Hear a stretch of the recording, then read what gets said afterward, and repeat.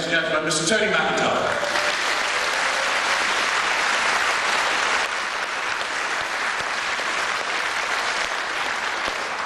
Thank you very much. Ladies and gentlemen, on behalf of the South West Committee, our branch officials and members, I would like to extend a warm welcome to all who have travelled here to Exeter for this year's Spring Conference. These are indeed exciting times for UKIP, with the national membership booming, poll ratings improving week on week, as UKIP has finally been accepted as a political force to be reckoned with. I would like to dedicate this conference to the memory of Malcolm Wood, that great wit and raconteur.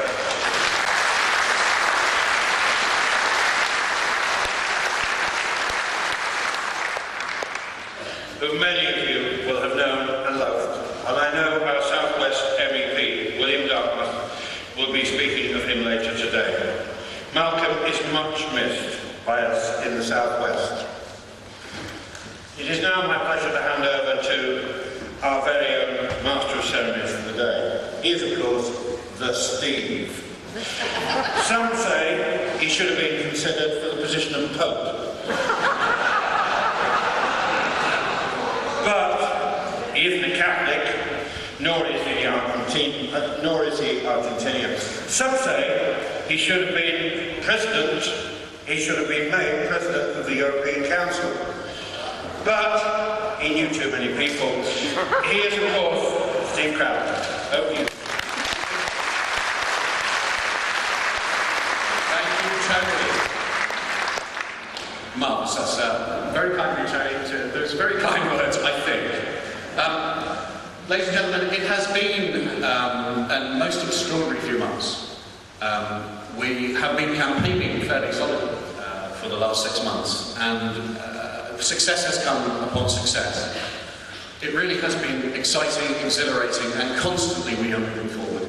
And one of the main reasons for that, ladies and gentlemen, is the extraordinary campaign team that we have now built, led by our next speaker.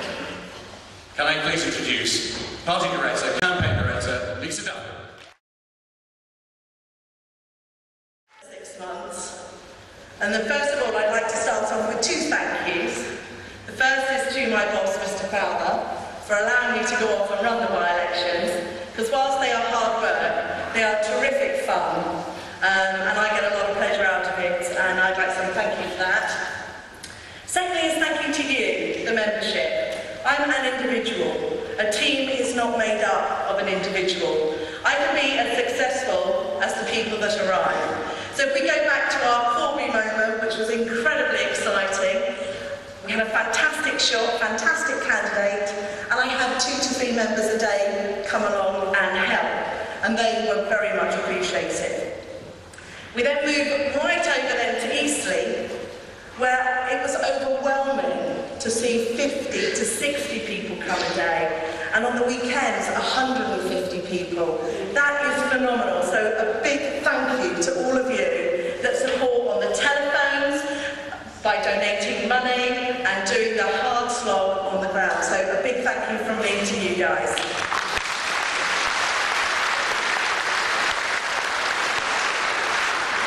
Now we're getting better at this, but as I said, I can't do it alone.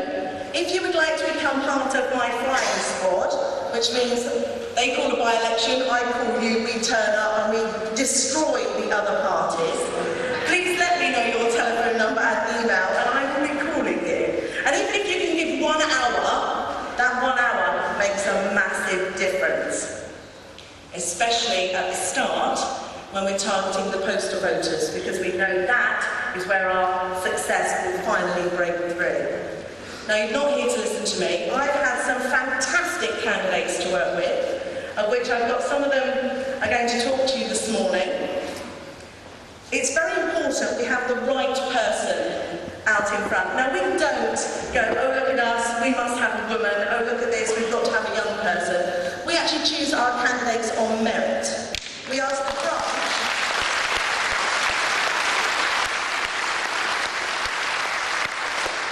We ask our branches to select their preferred candidate, and we ask the NEC to endorse that.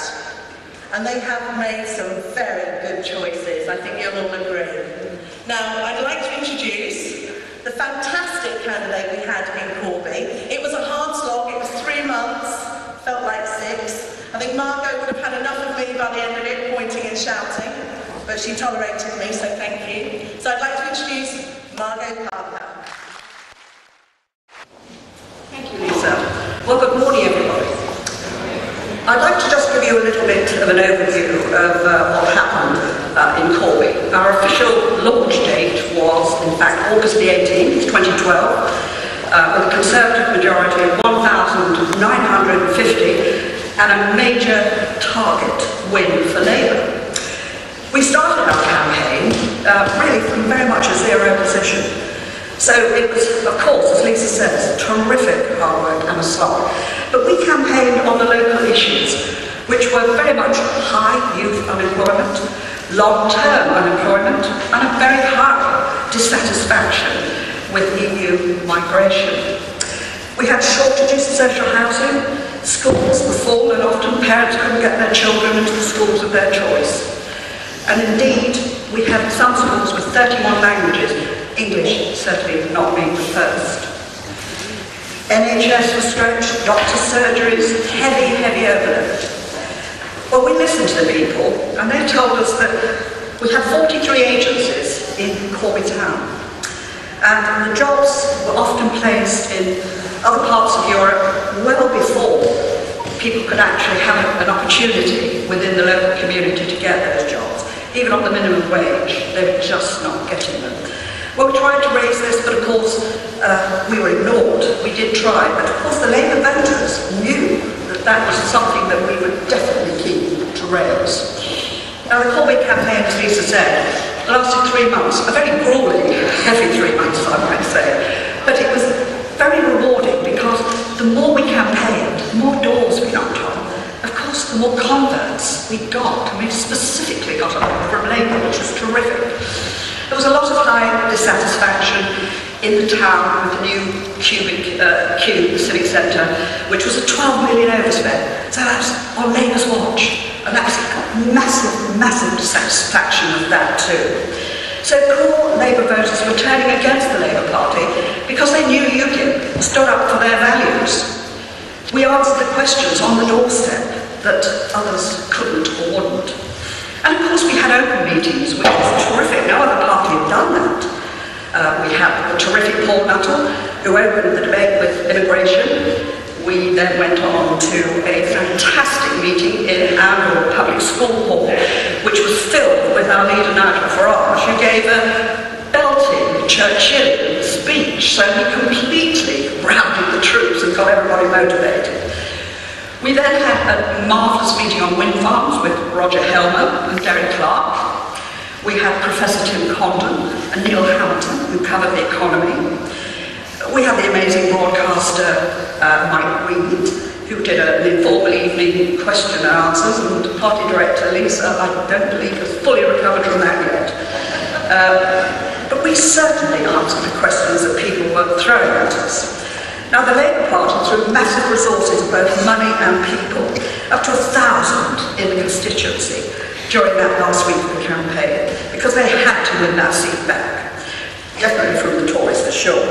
We campaigned every day, and sometimes we only had a handful of people. But it was terrifically rewarding, because those people, that, you know, the more doors we knocked on, the more people we did convert.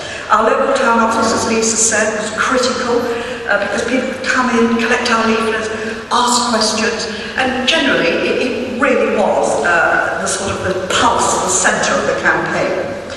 And we connected so well with the Labour voters. The Labour voters got the message. They had been betrayed by their party, and we were there for them. We beat the Conservatives in Corby Town, and we beat the Lib Dems into 4th place, losing their deposit.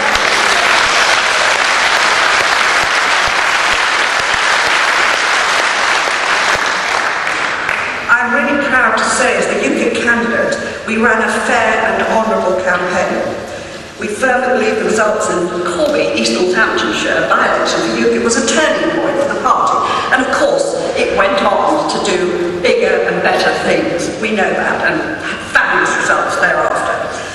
But let me give you a little bit of an update on the county council elections which are upcoming. I'm going to stand in Corby Rural District, and I'm delighted to report that we have an ex-Labour Corby Town Mayor standing for UKIP.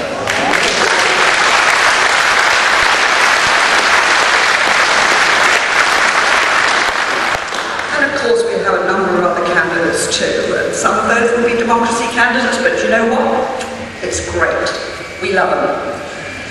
Now, before I finish, I would just like to say very briefly that I'd like you to remember the terrific Jim McCarthy, who sadly passed away not so long ago.